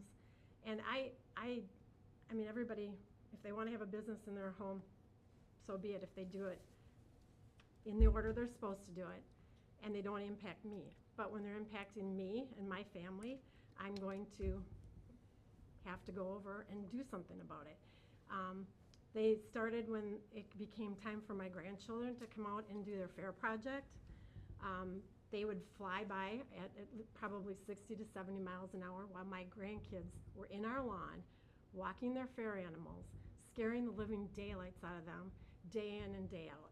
When we approached him or called him about it and asked him to please slow down because we have kids in the area, it's a safety hazard, you're driving too fast, he probably tried it for about 2 weeks. And then he also blamed it on his employees, but as an employer, you have to realize that that's a reflection on you. And if you can't control your employees, then that's reflecting on the business you have. So we also have a 90-year-old man, close to 90 across the street, who does come over to get his mail quite often, especially when it's in the summertime. It's a very big concern when these trucks are going by all the time. With him being near the road, it's a huge safety concern. And then the other part that I have had to deal with in the last year is that they bring trailers with gravel and fill back to his home. And I have had to stop on the intersection of Erkey Road and 12 to pick up gravel this size. I had a bucket full. I should have taken pictures. I cleared it off the road because I drive that way to work every day, and I didn't want to drive through it. So I cleared it off the road. And when I was doing that, the landowner that has the farm on the corner stopped to ask what I was doing, and I told him. And he said, oh, it's that guy that drives by here all the time with the trailers. He was overloaded, and when he turned the corner, the gravel was falling off. Well, when I got up to Erkey Road and Perry Road to go home, sure enough, there was another pile of gravel. So they're overloading, they're going too fast, and it's a huge safety concern in my neighborhood. The noise part, I don't live that close. You know, he's over the hill, but the noise of his trucks I hear every day, all day. And like I said, it's doubled the traffic. We have been on that road forever, and I enjoy that it's a slow, quiet road, and it's no longer that way. Just because last year has been, and it's very noticeable. So that's where I appreciate you listening to me. Thank And you. Dale's been operating it since he moved in.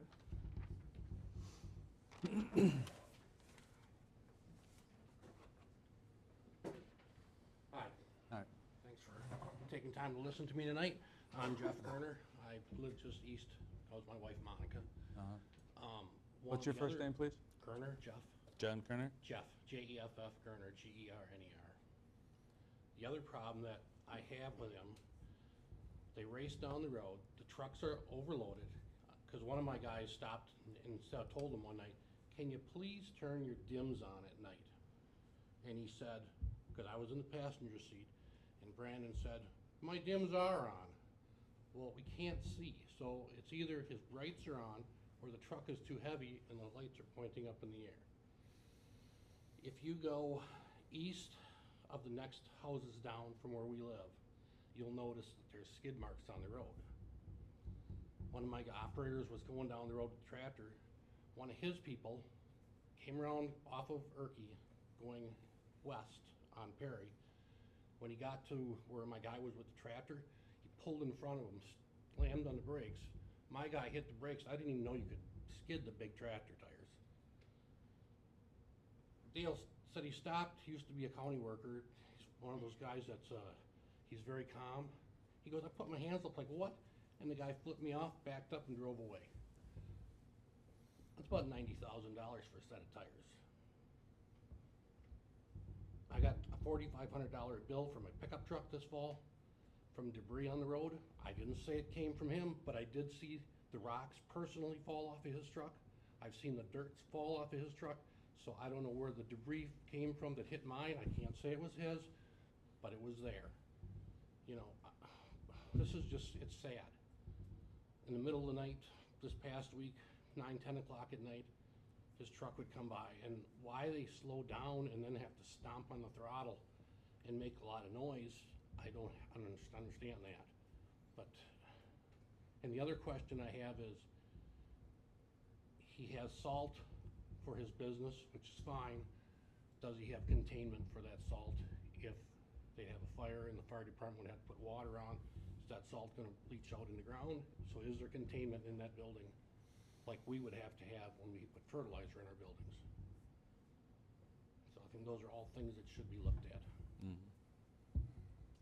Thank you.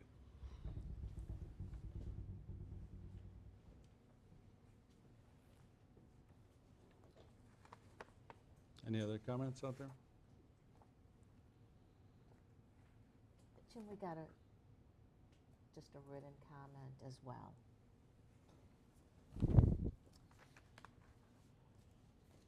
The Joan Dom's message here. I'd appreciate it if you didn't read it out loud, actually, because he has a history of retaliation towards, he's already done that to me. If I call because he's working all hours of the night, making noise, I can't sleep. And when he did make a comment, I did address it in there, I think, but he claims that he doesn't work after 5 p.m. No, especially during the warm months, 5, 6 o'clock, down the road goes the trailer, pastor guys, they come back at 9 p.m. I've met him at midnight. All the time. I'm not working at midnight. I have It was your Yes, truck you and do. trailer. Don't I lie. have a personal life. It I'm might not not working be, midnight. it might not be your business. Hey, crew, But you we're do not gonna it argue back and constantly. forth during a meeting. But you guys can't. you So gotta anyway, distinguish our my neighborhood personal is life not from what it business used life. to be That's what they're not doing. because of this person. I have friends that come over, like, I have 2 employees.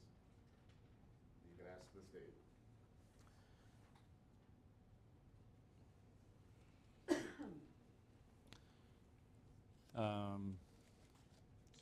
You have a total of 2 employees? Employees. Yeah. And what do? Do they drive your vehicles? Or- Yeah, but I don't know what they're talking about necessarily, but. Pardon me? They both, yeah, the one basically takes it home, so he doesn't even show up with it, he just goes to work every day with it. And the other one comes in and grabs the truck and trailer and goes to mows. Okay. Again, I'm going to ask you to use the microphone if you will, because we've got the cameras and things going on. Right, yeah, so the one shows up in the morning to go mowing, and then the other one just takes it home. Loud trucks and stuff, I drive a new F-250, it's not loud. I've got buddies with loud trucks, yes. Again, that's personal life versus business, what I'm asking for here. Yeah. I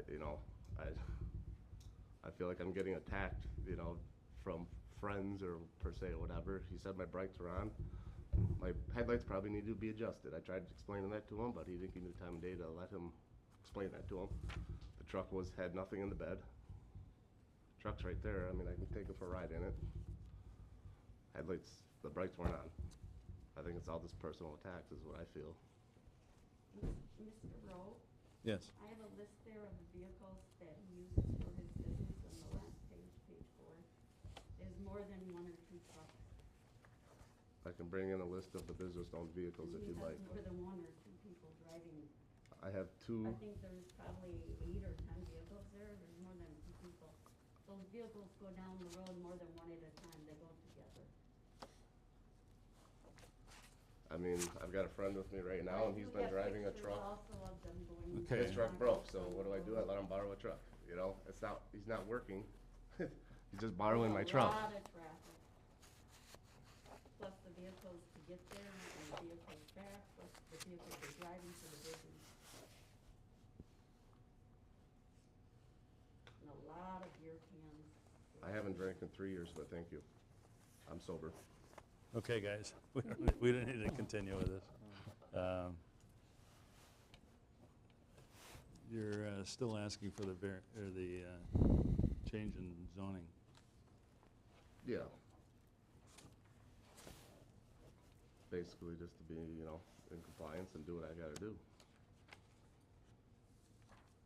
I did reach out to our road department as well, since they're always going around, and they observe quite a bit, and they had said they do observe a lot of trucks, work trucks that are going very fast, faster than conditions should allow, and oftentimes they said they see that the loads are not properly secured, so there are things coming off of the road, onto the road. Yeah, and, that was brought to my attention the one time, it was a mistake. It wasn't me doing it. It was a buddy of mine, not an employee, that I was just having help me out, bring some stone back to my place. Well, I wasn't around.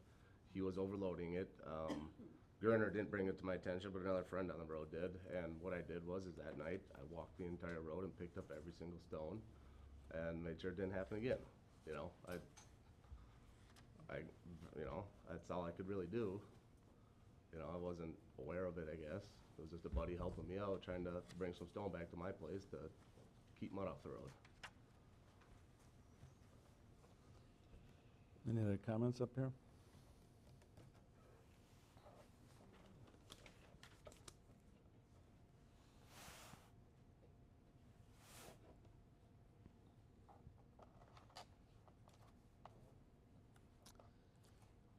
I guess I'd like to see a list of the trucks that you do own.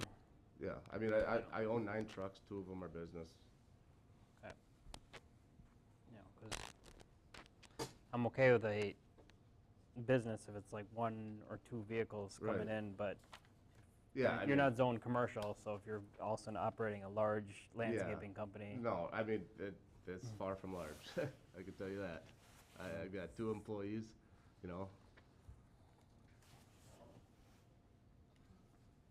I have, what, 5 or 6 personal vehicles and then 2 business. And the business ones are lettered. All the other ones that they're seeing are just, there's no letters, you know. They're just trucks that I have.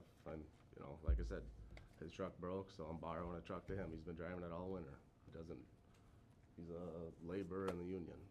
No, you know, just a buddy of mine.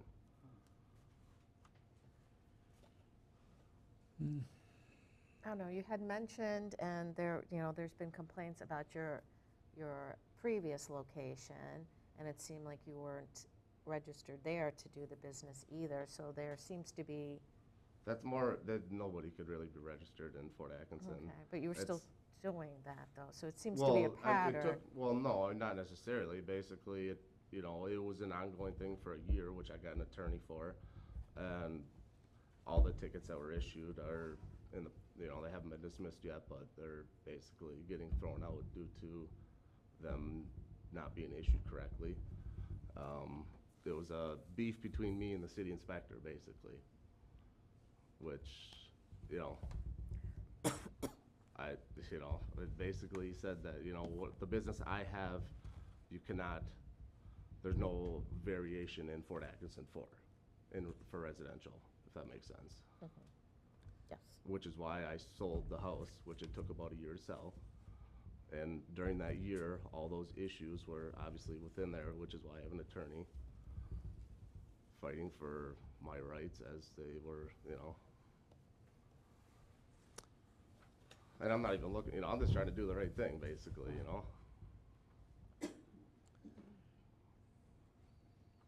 Should have done the right thing prior to purchasing the house. Well, right, but I mean, it might have, like I said, Yeah. I was literally, even after that, I got the statement, I was told, like, not to worry about it.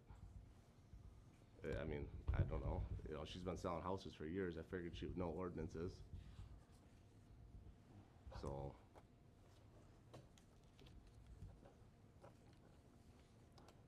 And that's probably why it took me a little bit longer, because she's saying, no, you don't need to do anything, so then I go, you know, talk to my buddy John Prisk, he actually just went through the same thing out in Jefferson, out on, what was it, North Shore Road. He's like, no, it's right, so therefore I proceeded, you know. Well, the issue is really that you didn't do the right thing, you didn't ask the right people, you didn't Right. communicate. And Right. so that's why we're here, and that's why I think we're having a real problem Right. granting this Yeah, zoning I mean, I would change. have been here regardless, I guess, just in a different scenario, but, I mean, you know, I didn't know any better. I didn't do it trying to sneak by, you know? But you own a landscaping company that has to deal with permits, and We so- really don't, though. There's no permits that are, you know. The only reason I'm working on a permit is because I'm doing a concrete job on a lake, which we're just slow right now, so we don't really do anything in the winter. But yeah, and there's no permits for landscaping. Do you know if you have to have a containment For salt? for your salt? It's gotta be on concrete. And it is. That's all? Yeah, that's what I've been told. So I spoke with Kramer. And basically, it's gotta be on a concrete pad, which it is. And I do have sides around it.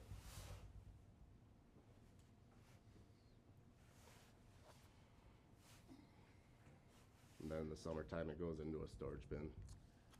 So it's not even out. Like a shipping container.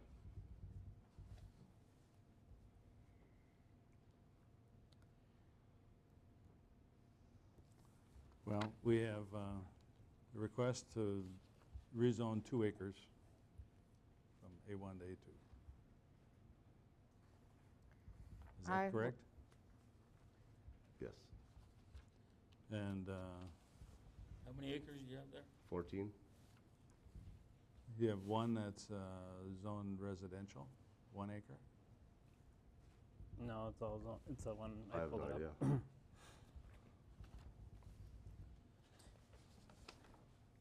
Yeah, I think it's 1 acre that's residential and 13.1 or something that's, I thought it was all A1. I believe it's all. Yeah, I don't see any splits, it's all A1.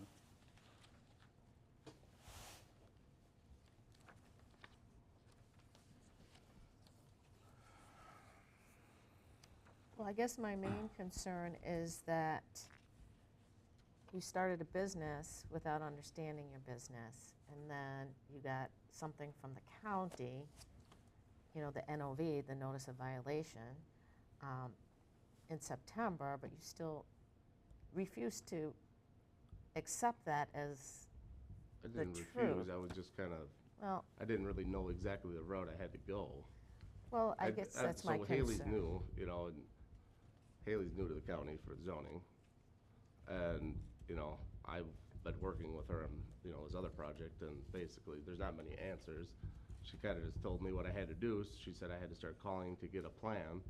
So that's what we did, and we obviously didn't get a hold of anybody, you know, and we had a kid just recently in that time. So, I mean, we've had a lot going on, you know. It's not that I ignored it, Well, you know. I think after quite a few, notices, it was ignored. But I just also feel even moving forward, it just seems like there's a lot of noise. There's been noise in the past. Right. You're not quite sure. I mean, the what business has nothing to do with the noise. Well, Because the noise is on the property. I come home and park my equipment. So if there's noise, it's me doing landscaping around the house, or, you know, there's nothing to do for the business once I get back home other than walk away from it.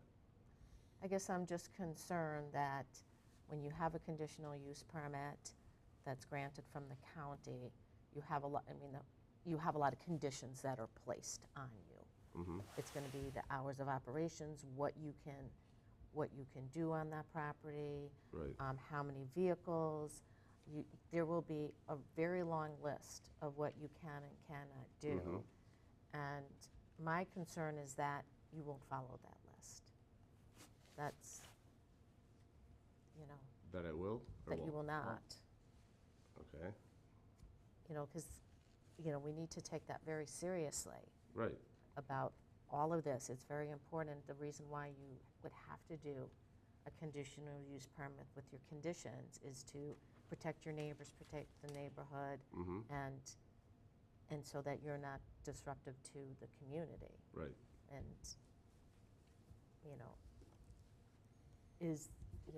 I'm not sure if you've demonstrated that. Yeah, I don't understand really, you know. That's every my concern. every complaint has been me fixing my property. That's the Well, problem. Yeah, you're not using the time of the day very wisely if you're using it at midnight and disturbing all your neighbors. That it's nearby, and fast trucks, losing rocks, speeding, if that's what I'm hearing. I can promise as- that none of my employees were. Well, no matter who it is, I mean, it's your property over there, Mhm. and you're the boss, and end up being responsible. Right. So you're asking permission to do what you're trying to do, but you're not really being a good business owner and being a good neighbor and being part of the community that everybody's saying, go for it. Right. They're saying the opposite. And we have a responsibility to everybody in terms of doing the right thing, and I have a hard time wanting to approve this rezoning. And the fact that you didn't look into it, it really doesn't make any difference to us. I mean, that's your responsibility. Right. So.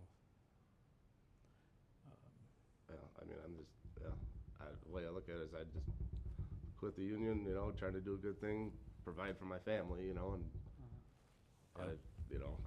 personal life is being brought into, me trying to run a business here.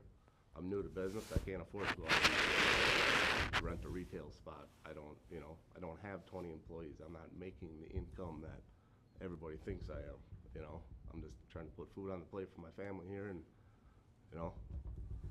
get along. Well, yeah, you have responsibilities, and you Right. have to convince your neighbors that you're responsible enough to do that. Right. And I'm not lecturing you on Right. a personal basis. That's not my Right. That's not my role here. But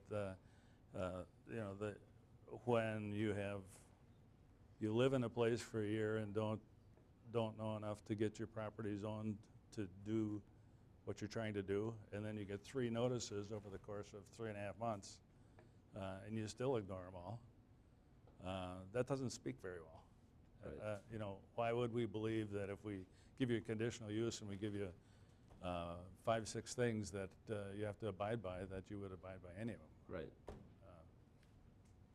So.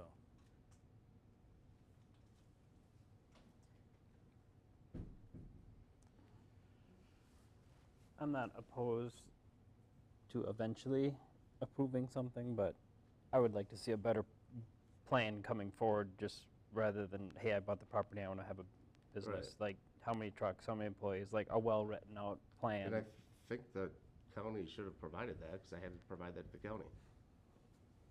I didn't see it in our documents. I had to give it to Haley, so it should be in there.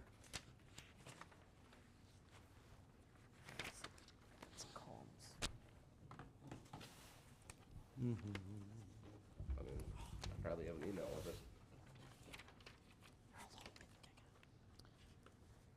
This one says create 1 2-acre A2 zone with conditional use for storage of contractors' equipment and materials for landscape and snowplow business. Was there, I don't remember, Laura, was there a? I think that's it. That might be what he's talking about. Did we have this one before? I think that's fresh from the county. Well, I don't think we had received this before now. Did you find it then? Yeah, we have it right now. Yep.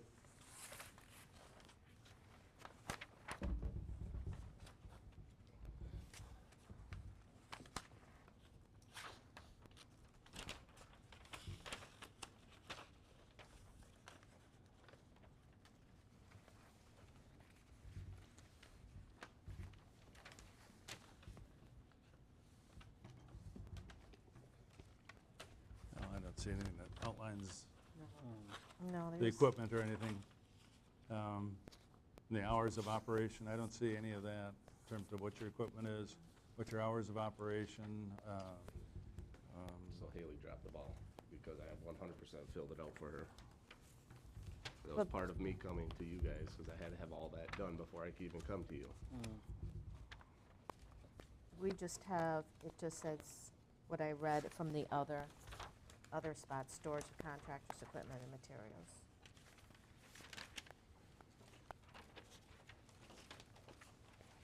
Yeah, I mean, my fiance did it all, emailed it to her, so. I'm sorry. Oh, I got- Do you guys have this Yeah, in the that's the, packet? that's the one I just found here. It's in the packet with the, with, This is what it looks like.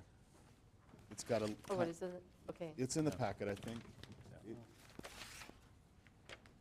Because it says no signs on the property was handwritten in. There is, There is. talks about kind of a hobby farm. I'm assuming you Yes. you wrote this, or? Yep, Yeah, yes. yeah.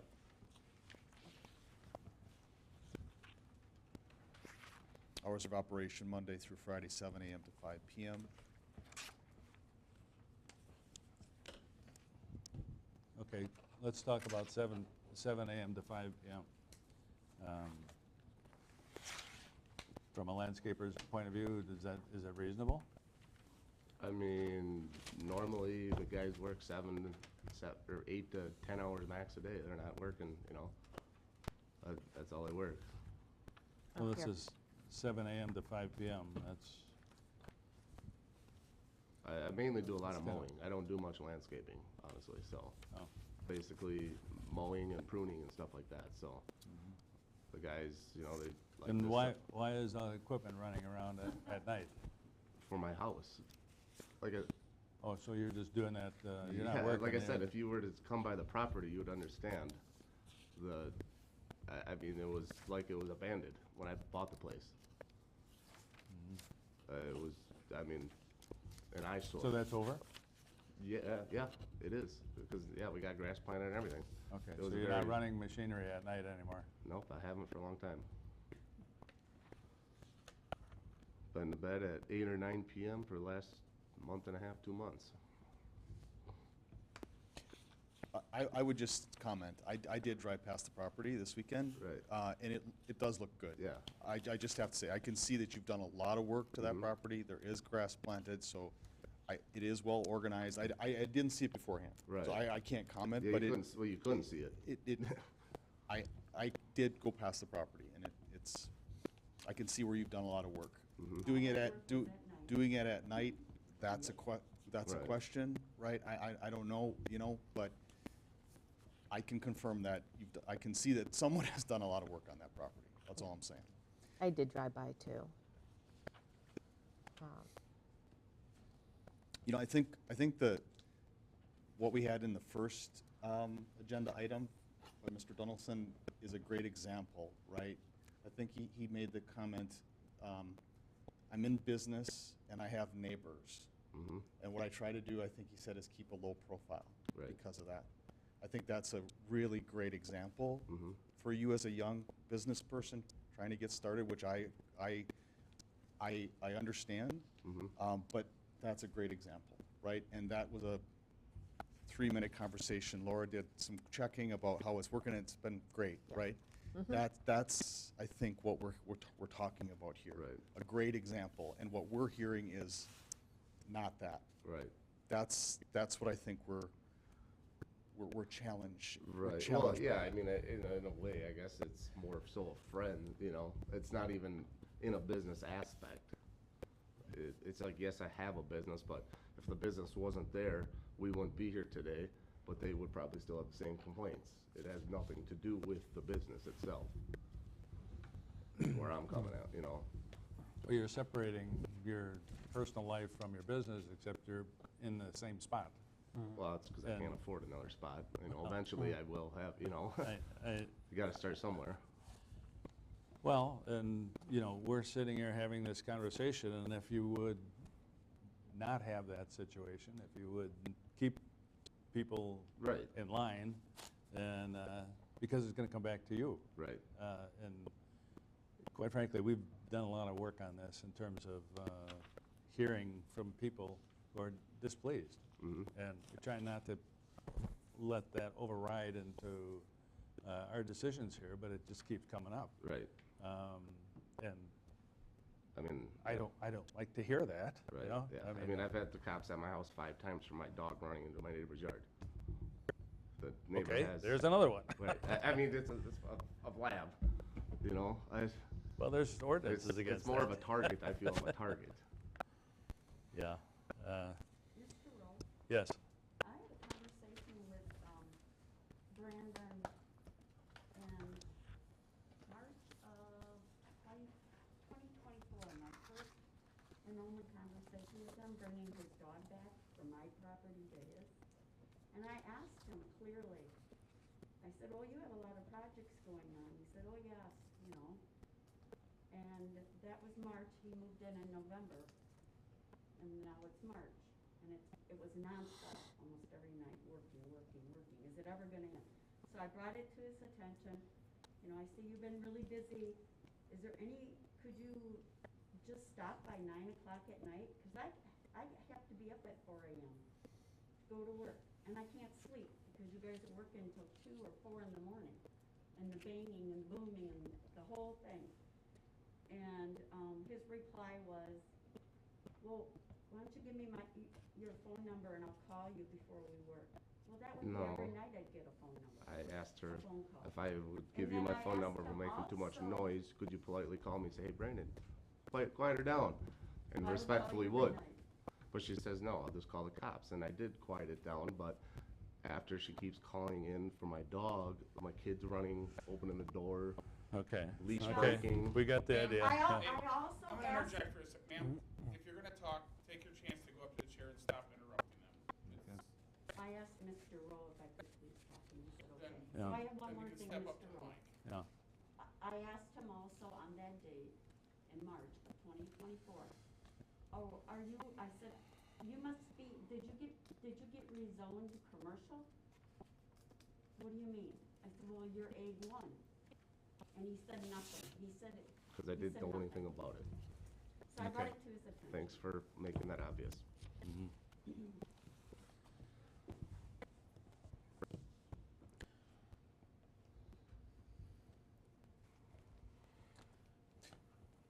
So is the conditional use, is there a duration on that? No. It's permanent, basically.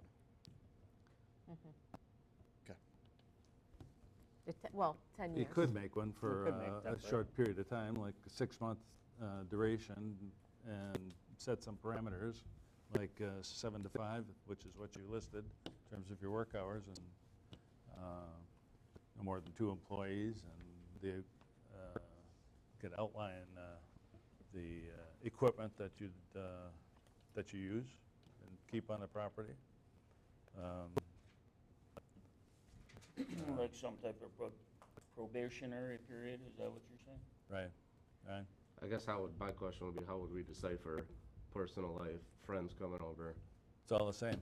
It's all the same. It's your business. It's your property and it's a conditional use, so. And if you're running equipment. So I just gotta tell my friends I can't come over. Well, what they do, you can tell them what Well, they right, do. exactly. I mean. So, I guess there, I'm not confident that the county. even what we're talking about right here, it doesn't sound like you're willing to put in what's No, what's I am, required. but, you know, No, you're not, because what you're saying to me is, you have friends come over and they raise hell, and you say you should be able to do that. They really don't, though. Well, okay.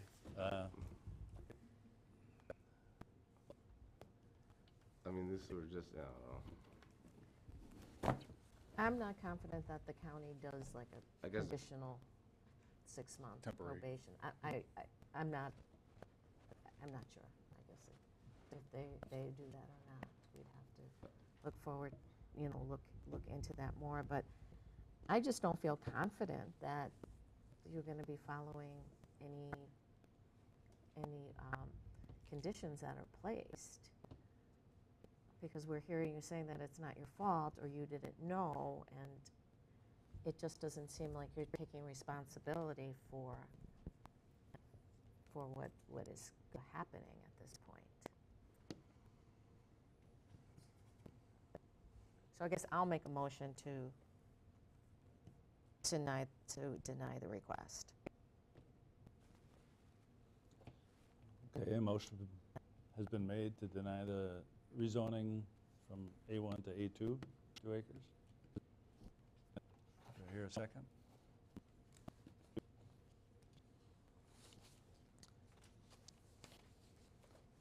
Why don't we table it for another month?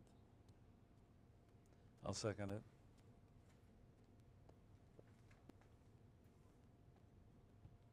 The tabling? No, I'll second your motion. All those in favor? Aye. Aye. Aye. Opposed? Nay.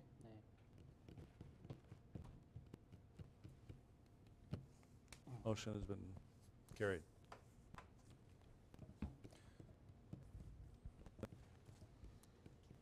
So what does that mean, I guess? From here, it will go to the town board, and we are not recommending the change in zoning. Okay. And the town board will make their decision. So the next town board meeting will be, Is that here? yes, Yep. it'll be here. Typically, it is the 3rd Tuesday of the month, but because of the primary election, we had to change it. So it'll be the 4th Tuesday, only for this month, on Tuesday, February 25th. Okay. So it will be on the agenda. Okay. So I am the chair of the town board. I sit as the representative for the town. So then do I come to that, or? Yes, you should Yes. come to that. Okay, what time is that at? That's at 7 o'clock. Here, Yes, on the 25th? yes. Okay.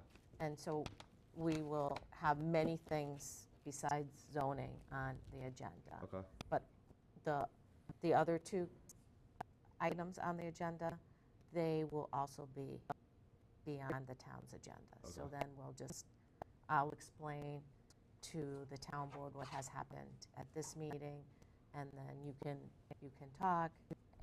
The neighbors, anyone can come public comment again, but then the town will make a decision, and then that decision will be sent to the to the county, and Okay. that'll be official, and then it still has to go through the county's approval process. Okay.